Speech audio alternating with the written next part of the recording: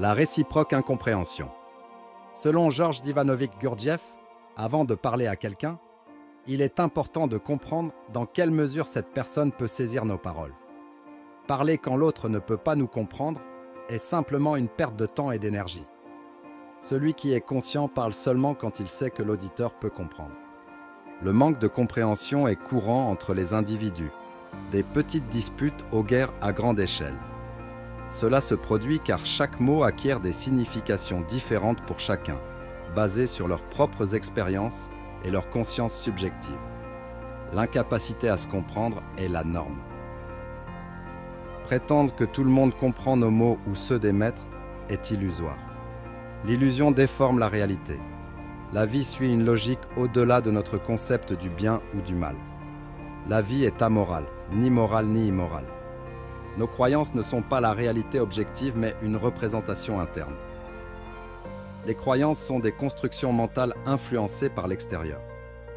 Nous luttons pour des croyances qui sont souvent simplement des idées, pas des expériences. Parler d'expériences comme l'amour inconditionnel sans les avoir vécues conduit à la superficialité. Il en va de même pour le sexe, la maladie et le deuil. Ceux qui n'ont pas vécu ces expériences ne peuvent pas les comprendre pleinement. Comment quelqu'un qui n'a pas expérimenté la dépression pourrait-il guérir quelqu'un de déprimé? L'expérience nécessite de mourir à soi-même et de dépasser la logique. Nous devons dépasser nos propres croyances pour grandir. Ne croyez en personne, même pas au maître. L'expérience est le guide. Personne ne sait ce qui est bien ou mal pour vous.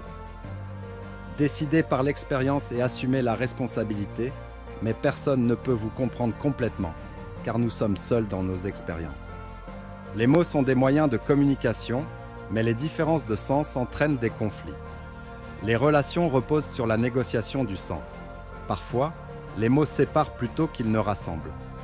Les mots prononcés sans conscience blessent. Nous pensons avoir raison, mais l'autre a des schémas mentaux différents. Ce phénomène est amplifié en ligne, où nous imposons notre vision. L'art, symbolique et émotionnel, communique au cœur.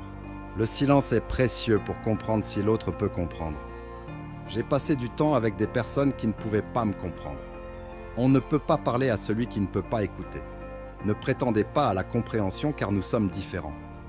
Celui qui s'éveille comprend la vérité avec effort, en écoutant le silence dans lequel Dieu s'exprime.